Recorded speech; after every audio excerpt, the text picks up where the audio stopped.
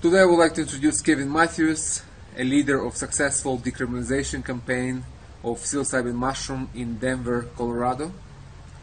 I hope you enjoy our conversation and subscribe to our channel. All right, Thank you. Kevin Matthews, welcome. Sergey, it's really an honor to be here with you today. Thank you. Thank you. Same here. Well, I would like you to introduce yourself to our audience and tell how you got to psychedelics and how it changed your lives and how it became something you do for living. That's it's a great question. I'm still shocked every single day that I have the distinct privilege of doing this for a living.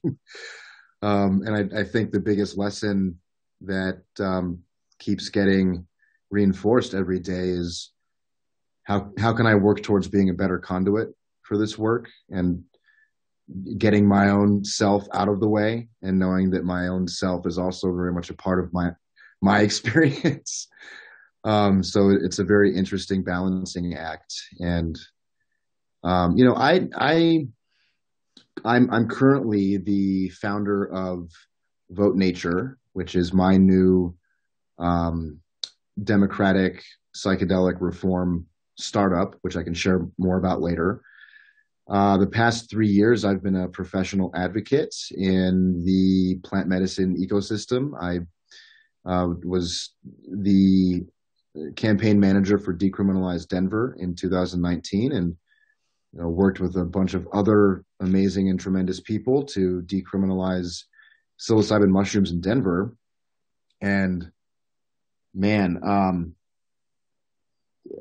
I had no idea I'd still be sitting here today and continuing this work. I think that, the great mystery certainly threw a curveball in my life. I got involved in this work because for a very long time I was on the path as a seeker, trying to find meaning in my life and find a purpose. And a little bit of the backstory there is that I wanted to be a career U.S. Army officer. Since the age of 9, I wanted to attend the U.S. Military Academy, and I was accepted into West Point when I was 19. So I made it. I made it to the pinnacle, and I was there. And then I have great things to say about my experience there. And at that time, I was also diagnosed with major depression and had started getting into alcohol abuse as well. Alcohol is a very large part of the culture in the military to blow off steam and connect with your friends and your comrades, right? And the combination of depression and alcohol was not a good thing. And I ended up actually receiving an honorable discharge from the U.S. Army and retiring from the Army before I could graduate from West Point. And that decision was very much my own. I realized that I was in no condition mentally to lead soldiers into combat. And when I left the Army, it felt as if my life had crumbled into a pile of dust, into a pile of potential, but I couldn't see the potential at the time because I was terribly sad and disappointed and depressed. And it took a number of years, but I finally realized that I was the only person who was going to, lift myself up from that feeling of despair, and began the path towards spirituality and self-help. And, really, and I'm sure many people can relate, exploring as many different things as possible, digesting incredible books that people wrote and experiencing yoga retreats and other spiritual retreats and, shamanic retreats. And this is all before plant medicine. And really what I realized for myself was that in my core, I had a very strong desire to make that connection with the divine in me. And uh, eventually that path led me to an experience with psilocybin mushrooms just about over a decade ago. And it was with a group of friends. It would be considered recreational to Western standards. We didn't really have we certainly had a set and a setting. We had a good environment. I was around trusted friends. And that experience was what catapulted me into a new perspective for my life, because I actually realized and felt and finally understood that I can make a choice. I can choose to be happy, or I can choose to be filled with sorrow. And in that experience, lying down in a park here in Denver, I'm not sure if the clouds literally parted in the sky, but the clouds parted, and I could see clearly and see how the choices that I had made had brought me to that point in my life. And I think that's when my work truly began, and which led me to working on a campaign to decriminalize mushrooms in Colorado a few years later. I had first gained an interest in a deeper interest in exploring plant medicine, psychedelics, and theogens when I had learned about the studies that MAPS was conducting, and their successful use of with veterans with MDMA assisted psychotherapy. And I was like, there's something really here, because while it wasn't MDMA, which traditionally I don't think is considered a psychedelic or an entheogen, certainly similar kind of an experience to mushrooms, a similar experience to other plant medicine in terms of that heart opening experience, and the clarity, being able to see your trauma and relate to it without pain. And so I was like, wow, this is incredible. I got much more interested in more of the scientific research around psilocybin. And, with the campaign in Denver, I really feel like that, I'm not quite sure the best way to say this, but I was placed there. It was like right experience, right time, right environment. And I had no idea that I was going to be doing that. It kind of just fell into my lap. And, looking back on it, I can see how my deep interest and the intention I was putting out in the world, the universe reciprocated and said, here's this incredible opportunity. And it was actually, I share this often, but it was a podcast with Paul Stamets, who was being interviewed by Joe Rogan. The first interview that Rogan did was Stamets, and Paul Stamets related his experience of mushroom, his first time eating mushrooms when he was a teenager, and that blew my mind listening to that. But then what Paul said that really shocked me was that humans are a fungal biome. We have our own fungal spores that we give off of our body and we take in every single day as we navigate through our space in the cosmos. And when Paul told Joe Rogan, he said, "Joe, congratulations, you are now a vector of me simply by virtue of us sitting here together." And when he said that, and I remember very clearly sitting in my driveway listening to this conversation, and when he said that, "Joe, you're a vector of Paul," I realized like it solved the unity question for me that I had been contemplating for so long. If biologically, scientifically, whenever we come into contact with another person, we're sharing a part of ourselves with them physically, then that goes to show that, yes, of course, like we are all connected. We are all unified. We all have an impact on each other, whether we can see it or not, because of these tiny little microscopic spores that float around. And so that was, it was one of those like, I can see everything clearly, and just the really inspiring experience. And additionally, in that interview, they were discussing briefly at the time another campaign in California, which was actually the very first campaign to try and decriminalize psilocybin back in 2017. It was the California Psilocybin Legalization Initiative, if I remember correctly. And I was like, wow, I hope they do something like that in Denver. And then, social media, something landed on my news feed a few weeks later saying that, hey, we're organizing for decriminalizing mushrooms. And I was like, I'm in. So I jumped in, and fast forward 3 years later, and here we are. Well, that's a very bold step on your part. I personally respect people who really take action. Talk is easy, but when you actually take initiative and you take it all the way up, I personally respect that. Like, I respect your efforts. Thank you, sir. Personal level. And I definitely can relate to you as you begin talking. For me, it was the same thing. I never was depressed or something. I came to plant medicine seeking answers. It was about meaning and truth in my life. So it was just purely spiritual quest. But regardless how we come to this, we all find what we were looking for, and we just find our place down the road in it.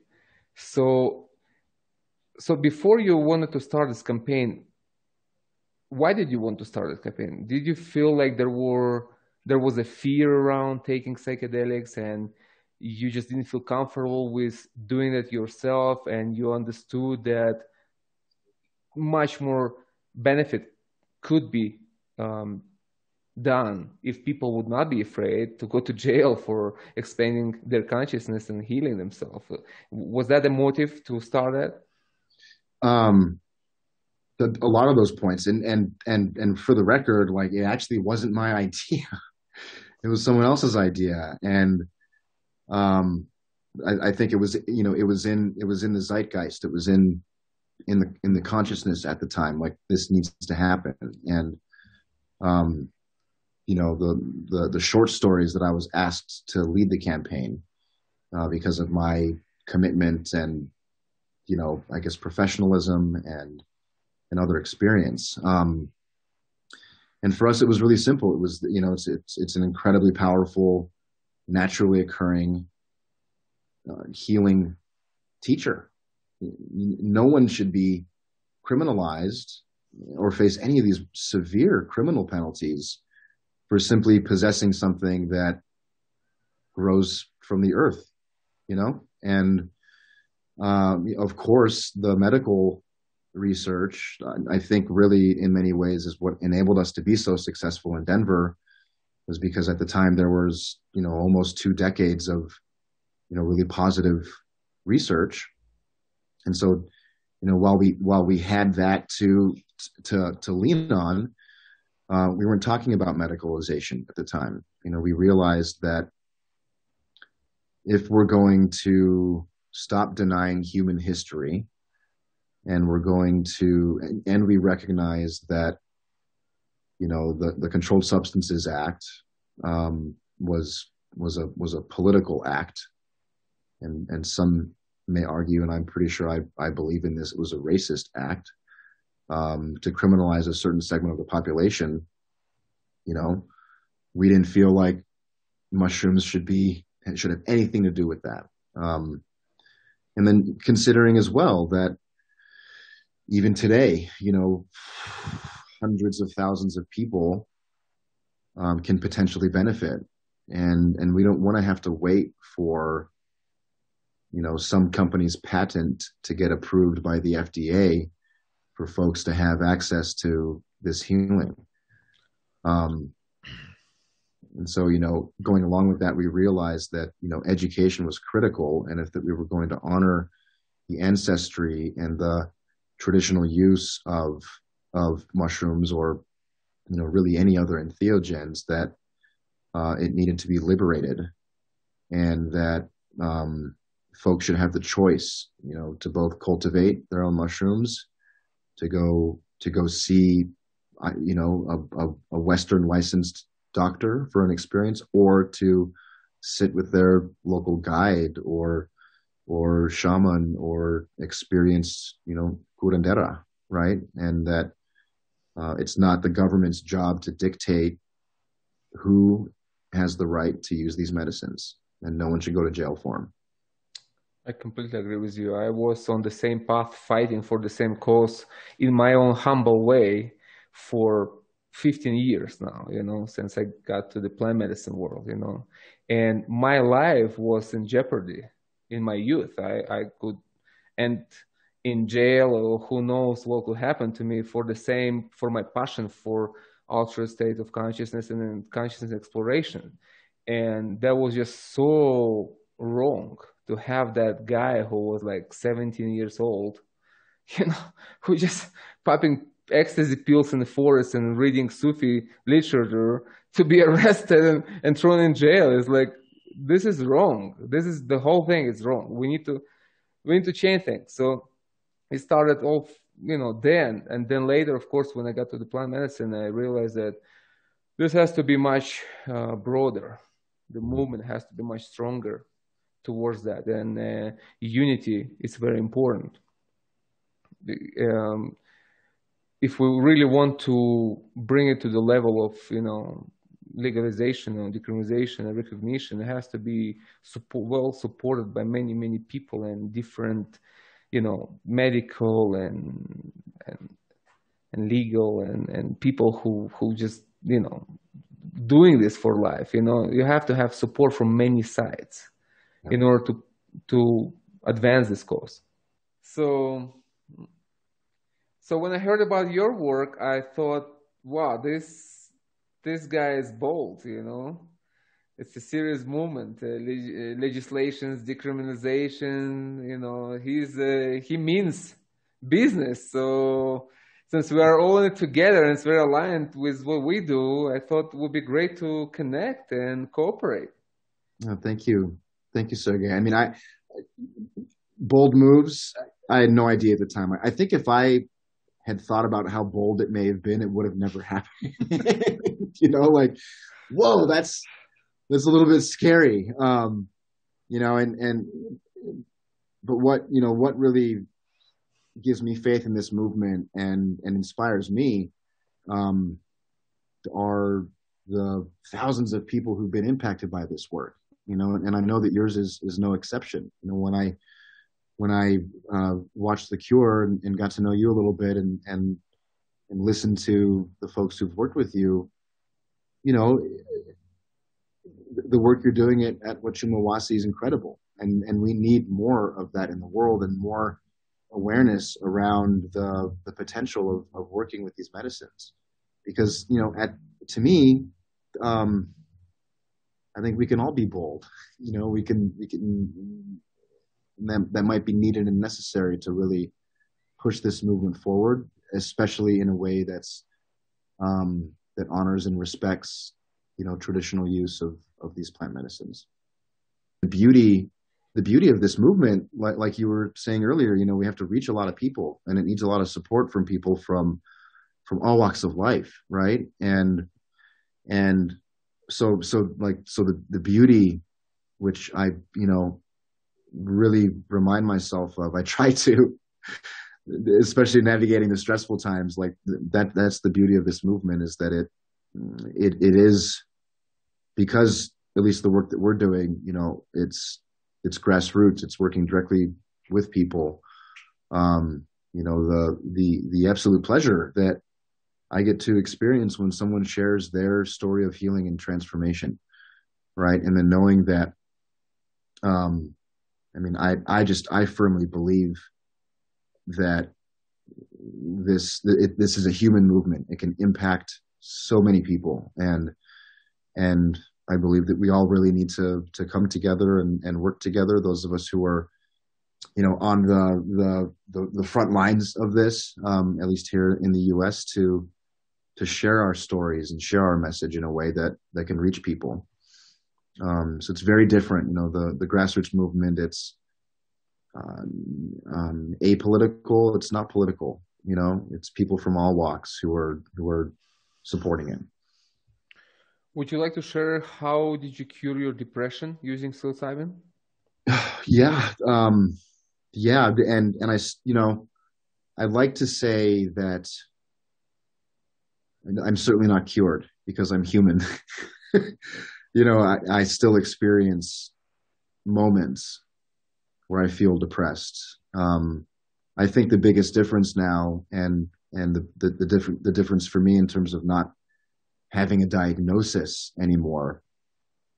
When I heard that I'd have to take Wellbutrin, which was the pharmaceutical that I was prescribed for the rest of my life, I was like, I mean, at the time I didn't have another, basis of comparison, but I was like, okay, I'm biologically messed up. My brain isn't producing the dopamine it needs for me to feel happy, and so in terms of the cure was more the mindset.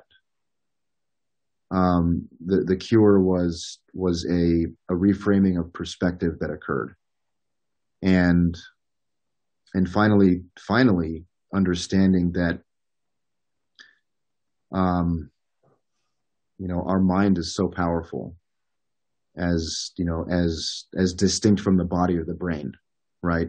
And at the same time, our mind, I think our body exists inside the mind, or maybe it's our body and our mind that exist inside the soul. But for me, it was like really clear, every day, like you get to make the choice to be happy or to be sad.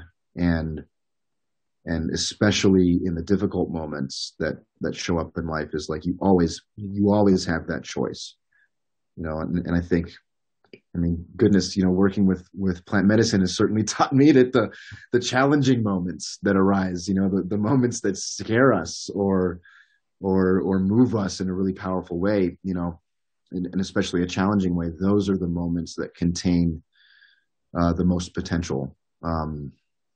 There's a really incredible meme, an image that someone shared recently that I really loved, and it's a photo of this person, kind of like a millennial hippie backpacker walking out of a cave, and they're like, man, I got to drink some more ayahuasca. And then this like black demon entity is like coming out of the cave, and it's saying, integrate me already, bro, integrate me, but the person's like, I have to keep going back to get the lesson. And for me, it was like, I mean, I forget who said it. Was it Ram Dass who said, you have to, something like, you have to know when to hang up the phone, like if the medicine can only teach us as much as we're willing to integrate, right? And so for me, it's the reminder that, like, every day I'm not the same person I was yesterday.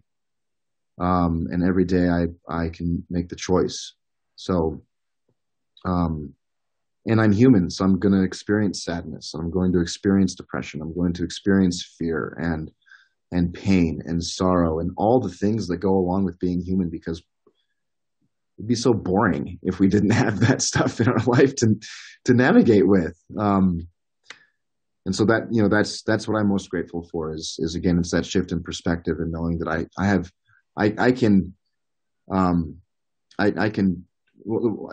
a considerable more amount of control over where I assign meaning in my life, and like through assigning meaning,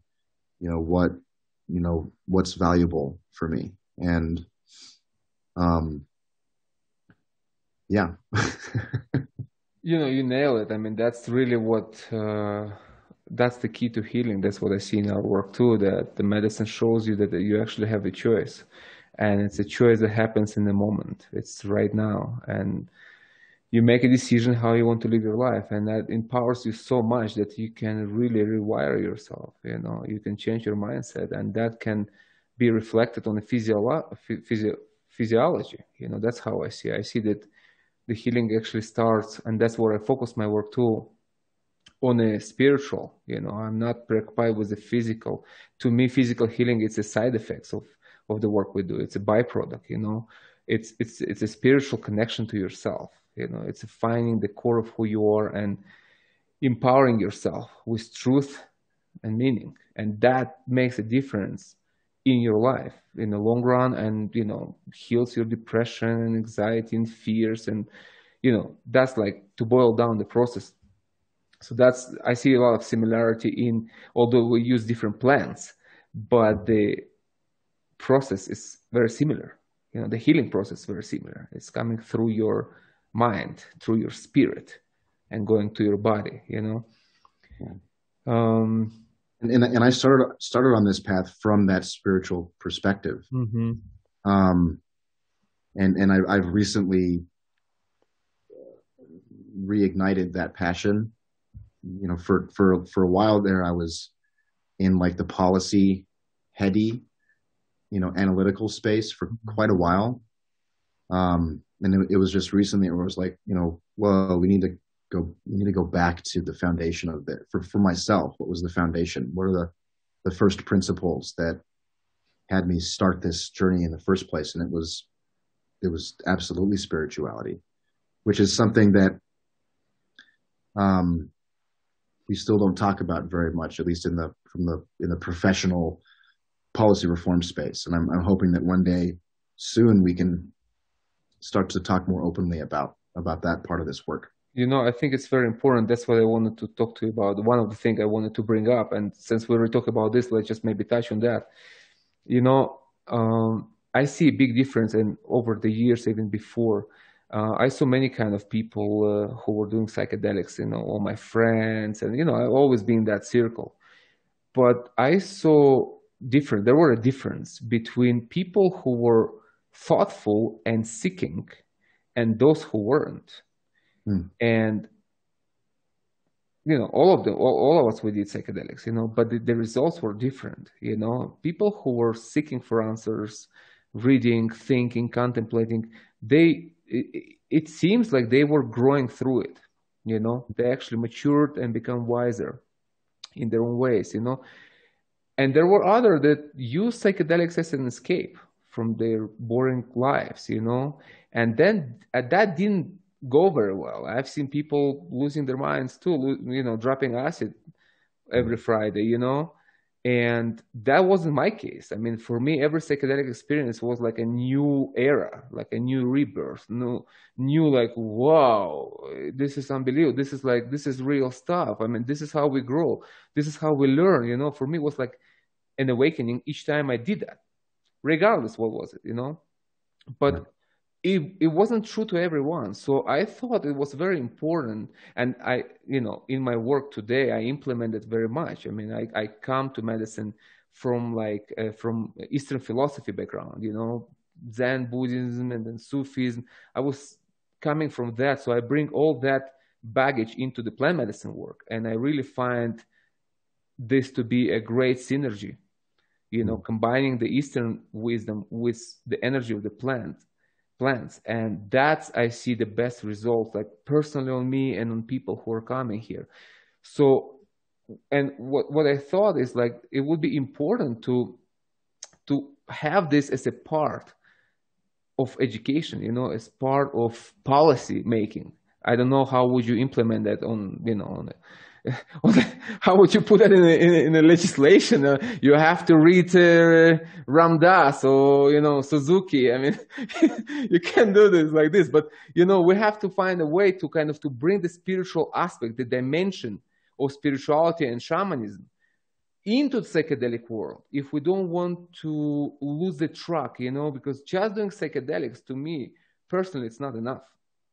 It's an energy. It opens your vision, makes you think, makes you receptive to understand. But, people throughout history did a lot of work before us and, seeking like us, seeking for meaning in life and answer for big questions. We need to employ all that and build on top of that and build a huge body of knowledge that is combining, the ancient wisdom, all around the world. I mean, I'm talking about like more like maybe unification of paths, and it would be good if that would become like a common knowledge, What do you think about this? Well, first of all, I 100% agree. And I think the spirituality may be the critical missing ingredient to the current like political policy reform landscape with this. Folks worship data. Folks worship science, demonstrating that yes, in fact, the physical world does exist and we can measure it. And while that's certainly incredible and valuable and valid, I think just speaking for me personally, as someone who got really kind of lost in the data. Can you hear the vacuum, by the way? Is that coming in? Okay, because I can hear it. Okay, I'm just trying not to there's a vacuum, but I'm also but it's like it's why I came back to talking about God again, or talking about Great Spirit personally, right, among my friends and my family, and being comfortable saying, I'm coming back to God. I'm coming back to Great Spirit. I want that to be a priority in my life. And I think that I know that we certainly can't force the conversation, right? I don't think we can mandate spirituality. But I do think that education is critical for this. For example, in Denver, part of our campaign was to create a city panel that whose job it is to review the impact of decriminalizing mushrooms in Denver.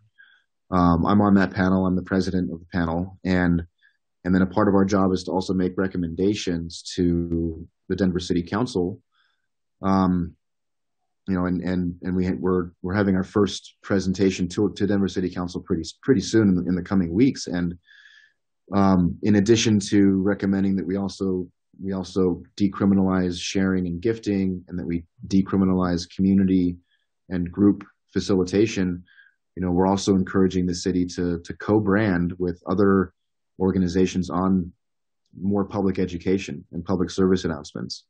And so I think the education piece is critical, which is why so many of the incredible nonprofits that exist in this work in the US right now are taking on the mantle of education, because this is something where I believe that if we're to be successful with this, then people need to understand and respect, at the very least, respect the traditional indigenous use of all of these plant medicines.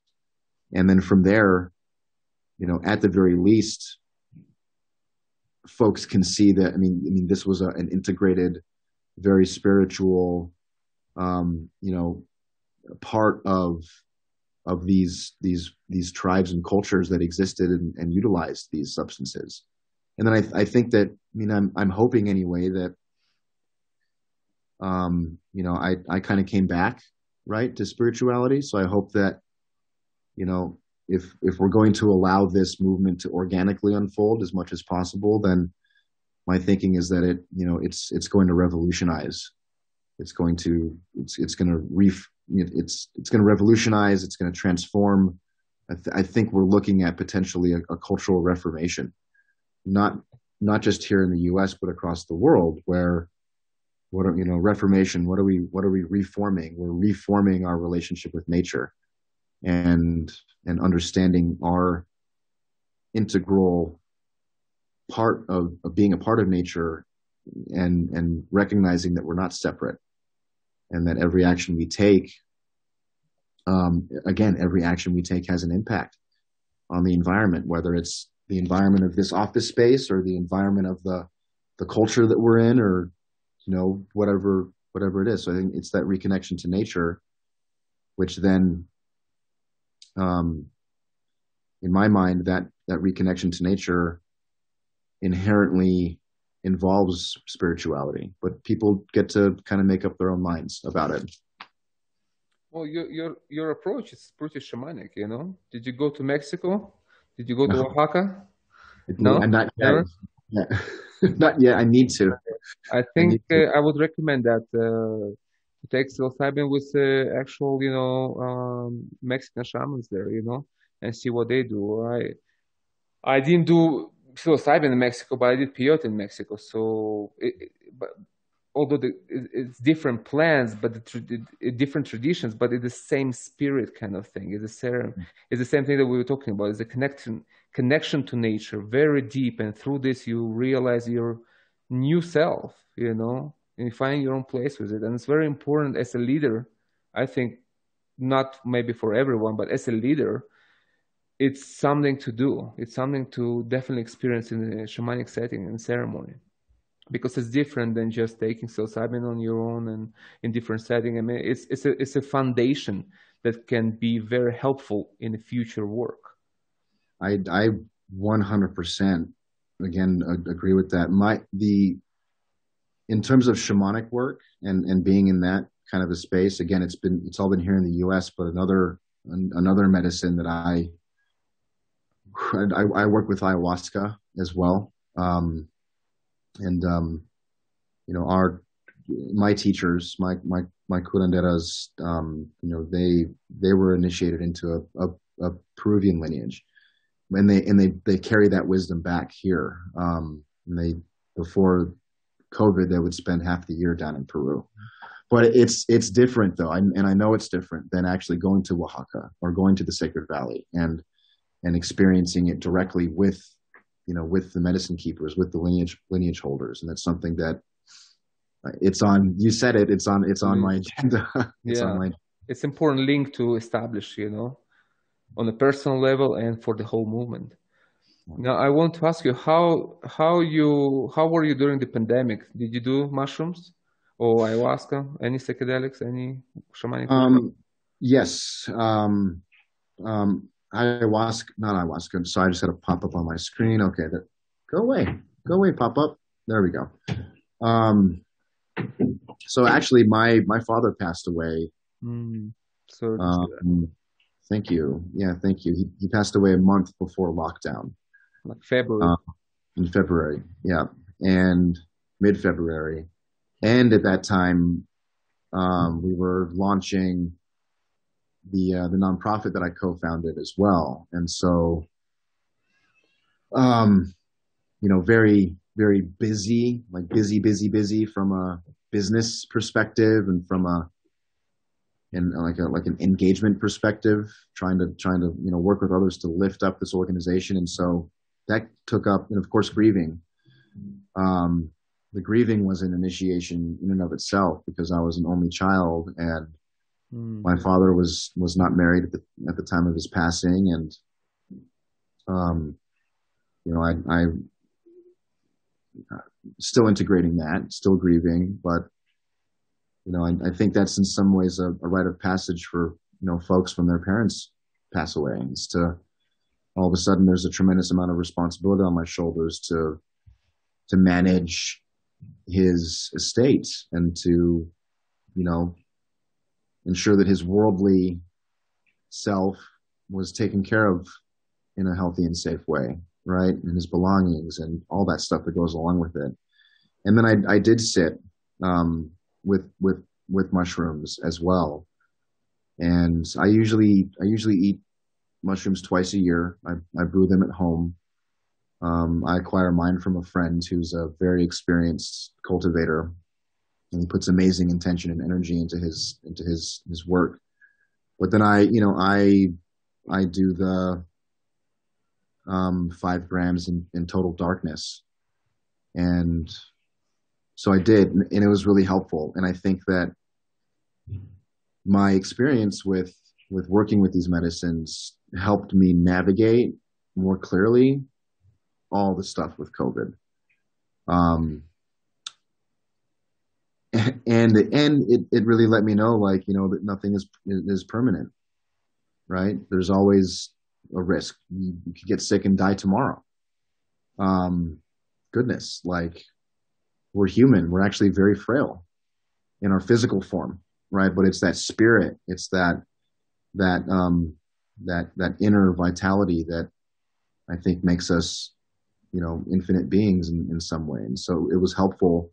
And especially with my father passing, it was helpful to have had the experiences I've had working with plant medicine to navigate both his death and everything with COVID.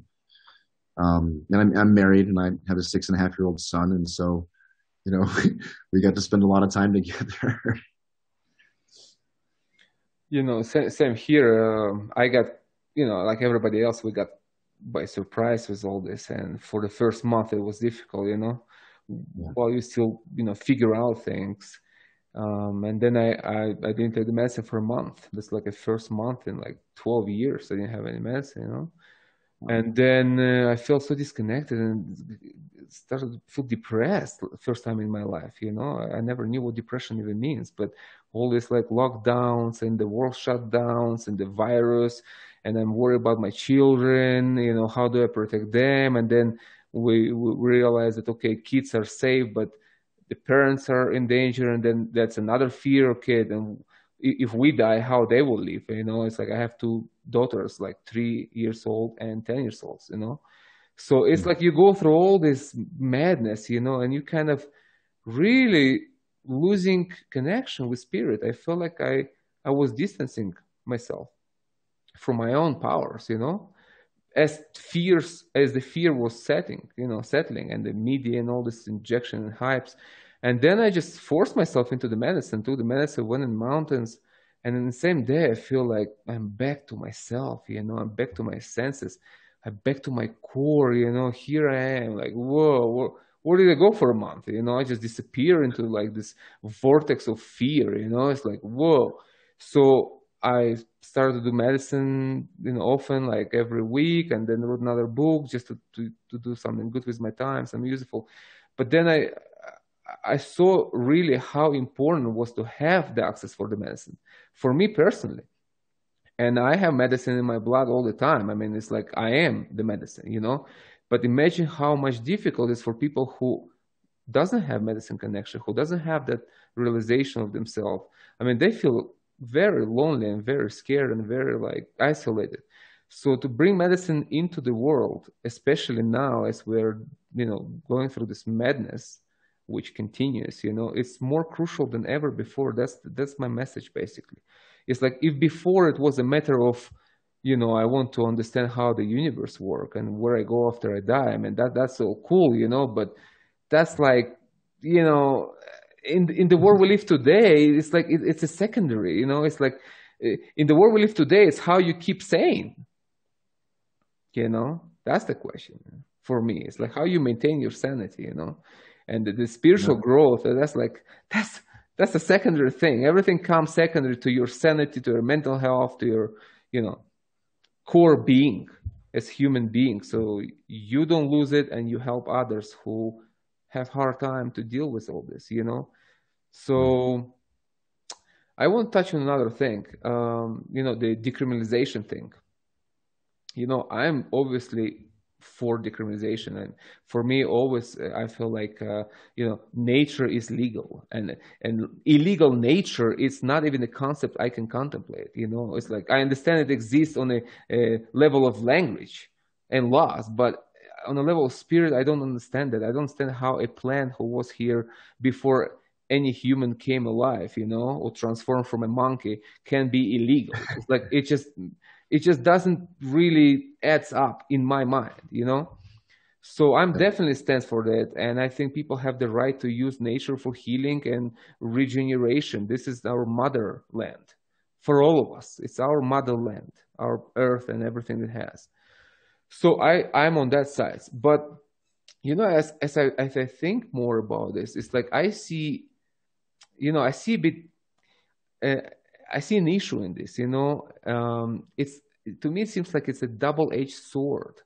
That as we push for this, and as psilocybin becomes decriminalized, I feel like there is an influx of venture capitalists and big pharma just waiting to swallow the market, and my question is like, what is the strategy?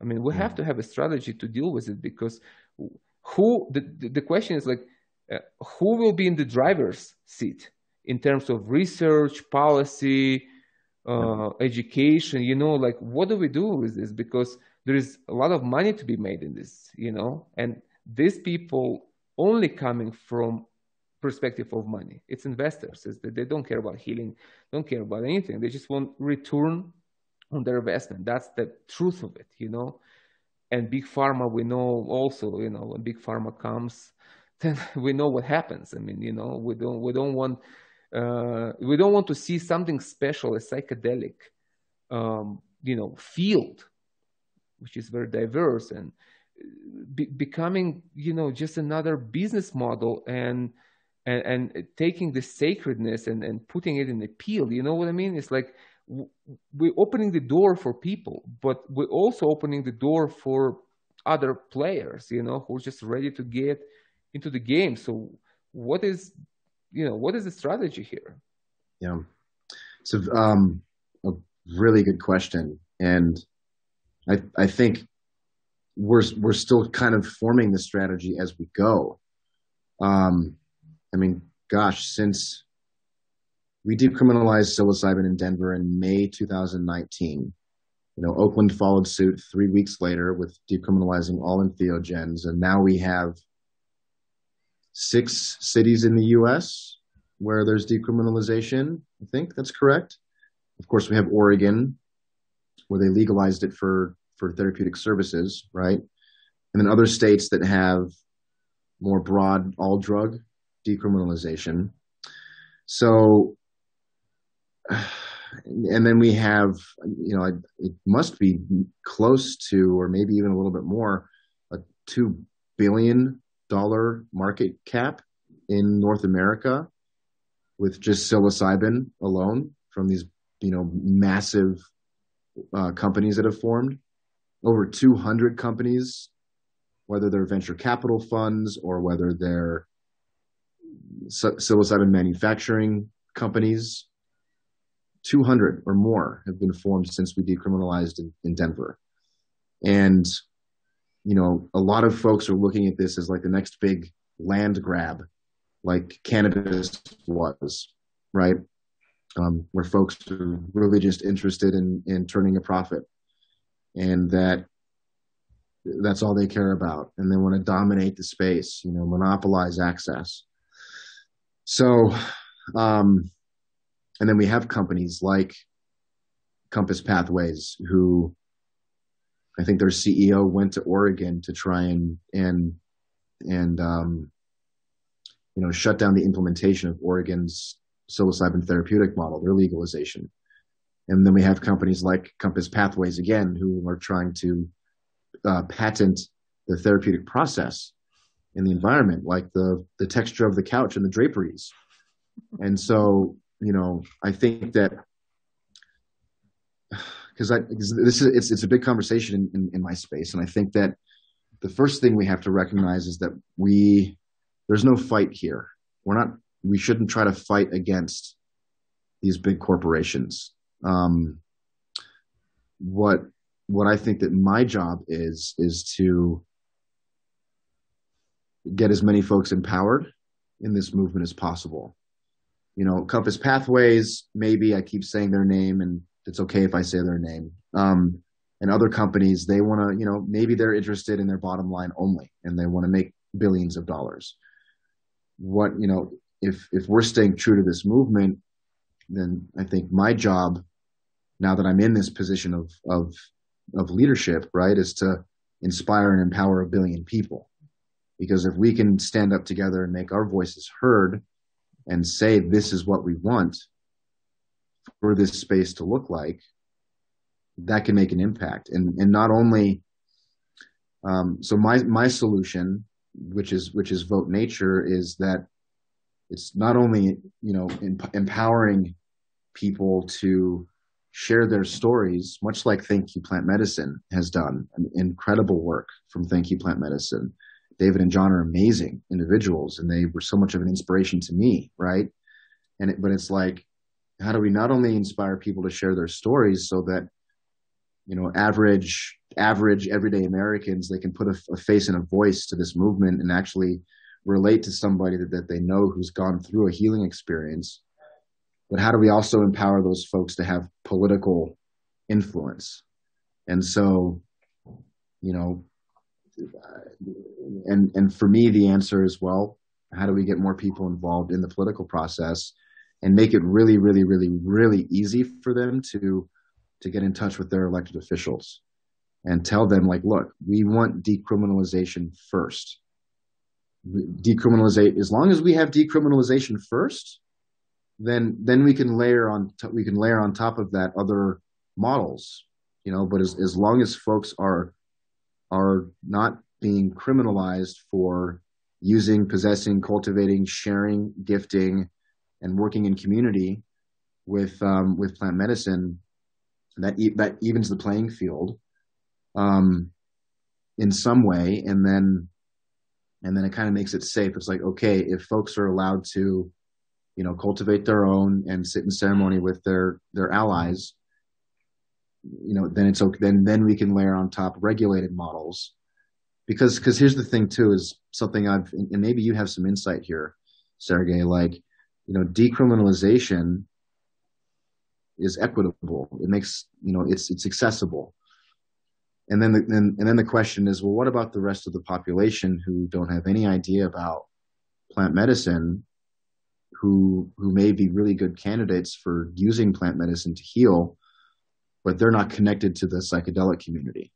So how do they get access to it? And so at that point, you know, we're looking at, again, this is one of those areas where this movement can potentially, you know, revolutionize healthcare, is where, and again, if folks deserve to have the choice between eating a plant or popping a pill, they deserve to have that choice. Because we're considering, like, from an access perspective, what does it look like for people who don't have insurance, who aren't in the psychedelic community, but who are tremendously depressed or anxious, and they happen to be in low income housing and they see a Medicaid doctor, right? So how are those folks getting access to this too? And so it's tricky, but I think if we we know that we can't fight, because those powers that be are extremely powerful, and fighting that is just going to waste our own resources and cause more division. So we unite as a common voice to call for decriminalization. And then once these larger companies see that, wow, you know, millions and millions and millions of people want this to be decriminalized, okay, like, hopefully they can respect that. And then, I feel like I'm rambling here. Like, to me, what's important is, like, I don't, and we may disagree on this, like, I don't see anything wrong with profit in this space. You know, this is the economic model we're working with in this country. What I do have a problem with is profiteering, you know. And so what I'm really excited about are what are these microeconomies? What are the local economies? How are our people in our neighborhoods and our communities going to be impacted by eventual legalization, not recreational, but medical? And then how are these companies giving back to their communities? And the last thing I'll say is that, those of us who are doing the policy work, we can ensure equity through the legislation. We can write laws that prevent big companies from monopolizing in the space, much like Tom and Cherie did in Oregon, where they made it, a single entity can only have a certain number of licenses for a manufacturer site or a services site. So I don't know if that answers your question. I think that, another friend of mine likes to say that, this isn't even the first quarter yet, or the first inning. Like, we're still learning what works and what doesn't work. And that, at the end of the day, I'm in this for the long game, like I'm sure you are too, right? And we need to make sure that, to me, it's just decriminalization first. I completely agree with you. I'm not against profit. I mean, we live in a system that requires money to live. I mean, I'm not running a charity here. This is a retreat center that people paying for to stay and to be. So I'm cool with money. I fixed this relationship through the medicine years ago. The problem is not with profit. The problem that I see is monopolies. It's just that's where the actual problem is, that can hold the research, prevent people from getting access, So as you said, it has to be dealt on legislative level. It's a law thing. It's like just to prevent cronyism, basically. This is not even capitalism. This is cronyism. That's what we need to prevent. So in order to do this, and I think we need to raise more awareness of things, and just get, as you said, people involved, and we do that in a different way. And the Thank You Plant Medicine community movement, we're trying to destigmatize the plant medicine, so that helps more people to learn about this. As you said, people who are not in the psychedelic community and never had any experience, people who never probably smoked a joint, but they need help. So how for them it's like, oh, psychedelics, that's for weird looking people. That's not for me, I'm a guy with a suit tie. So that's what I'm trying to kind of deconstruct, because I'm not a weird looking guy either. I'm a responsible, I'm a father of two, I'm a responsible guy, I'm like totally with one leg in and one leg out, So that's what I'm trying to do in my work, is to bring this message of plant medicine into people who are just hear about this and kind of afraid. It's like, oh, what is it? Psychedelics, drugs? Is it heroin? I mean, what is happening here? And something important in the documentary that I saw that you in, what was a revolution, something magic mushroom revolution, something like that? Mm-hmm. Yeah. There was an episode when there was this guy, Jeff Hunt. Yeah. Hunt. Jeff Hunt. But, it's like, the guy actually had a point. I agree with him to a point. I mean, when he speaks about cigarettes and heroin that was brought to the market, I agree with him. Neither of them is good for you, cigarettes or heroin. And we have opioid epidemic in America because of that. So he had a point for sure to an extent. It's just, and he seems to be a very reasonable guy. So people like this has to be simply brought with facts and studies and stories like, hey, we're not talking about the same things. This is not even apple and oranges. This is a whole new category that has culture and thousands of years of use. We're talking thousands, we're talking millennia, we're talking before recorded history, and people still alive and happy. So it worked, and it's safe, and we can have a thousand stories share of actual healing for depression, suicidal, I mean, you name it. So that's need to be brought to conversation, I think, more. It's that the traditional use of plant medicine that just not known in the West. People in the West just not aware of it, mostly. For them, it's just like, drugs is the guy on the street who's selling heroin. That's the stigma. That's what we're trying to break through and, bring awareness to this. Yeah.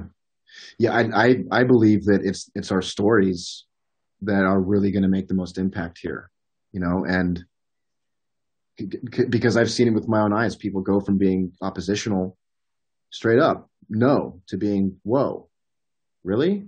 Okay, now I'm interested. And then they become supportive once they understand that, these are safe. They've been used for thousands of years. And the sky didn't fall in Denver, now, and the sky hasn't fallen in Oakland. The sky hasn't fallen in Santa Cruz or Ann Arbor or Somerset or Cambridge, and the sky certainly didn't fall. It's not falling in Peru. The medicine is legal here. Right. Well, yeah. And life is good.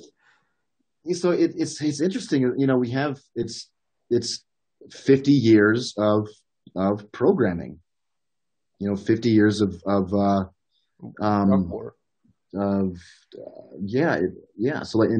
how do we start to chip away at that? Mm-hmm. So much of our campaign was, we know that we have to kind of rebrand the image of mushrooms away from the stigma that was created from the 60s and 70s, right? And so, we show up professionally, we do the best that we can to speak coherently, and we lean on the medical research, and we lean on we lean on the stories, we lean on the traditional use. And again, it's a long game. There's going to be people out there who are like, this is the worst idea ever. And then that's okay. But I think that, especially now, from what you said earlier, that, I agree with you and believe that we need plant medicine now more than ever. I think in the documentary you shared with me, I've said this a few times as well, and I think all elected officials should probably sit with the medicine, short of putting, LSD in the water. I don't advocate for that. Like, let's not do that, but just legitimately have a ceremony. Yeah. See yourself, understand your place in this universe, and see other people as equally important, valuable as you are. It's like they can change many things, So maybe that can be also in the future, we vote for president who take ayahuasca and Huachuma, peyote, eat some mushrooms, maybe smoke a joint, and then we talk politics, That would be the day I would love to see that. But I vote for this guy, But until that happens, I vote nature, 100%. And how do people come? How people support you? Where people go to, support your projects? What is the best place?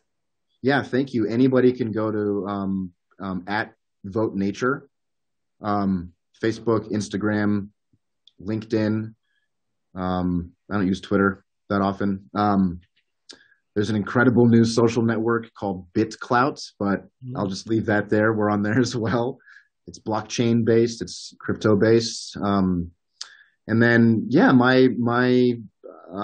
anybody can find me as well, at Psykev. That's PSIKEV, on Instagram and LinkedIn and BitClout as well. And then www.votenature.org. And the Vote Nature platform launches on May 8th, 2021, so just a couple weeks from now. So when folks go to votenature.org, that's simply it's a landing page where folks, if they want to sign up, they can just enter their information, and it's all pretty self-explanatory, and folks can reach out to me there as well. Wonderful. Is there anything else you want to say? Personal thing? Anything? I mean, I'm just so happy that we got to connect, and really appreciate the wisdom that you bring to this, and I'm deeply honored and grateful that Thank You Plant Medicine has joined the Vote Nature team as well, and I would just love to stay in touch. Thank you. I would say that pretty sure your audience is fairly well educated on some of these subjects. And for me personally, my mantra is slow is smooth and smooth is fast. And let's work together to build trust in our communities so that we can unify together and liberate these medicines for folks to heal. That sounds good. That's a good way to end. I definitely feel sincerity in you, and I definitely wish you all the success you can have, and any cooperation that is needed, please reach out, and maybe you come down here and, I'll take you around and we'll have a good medicine together and talk about many things, I feel our conversation's just getting started, Sergey. So thank you very much. Thank you. Thank you, Kevin. Thank you very much.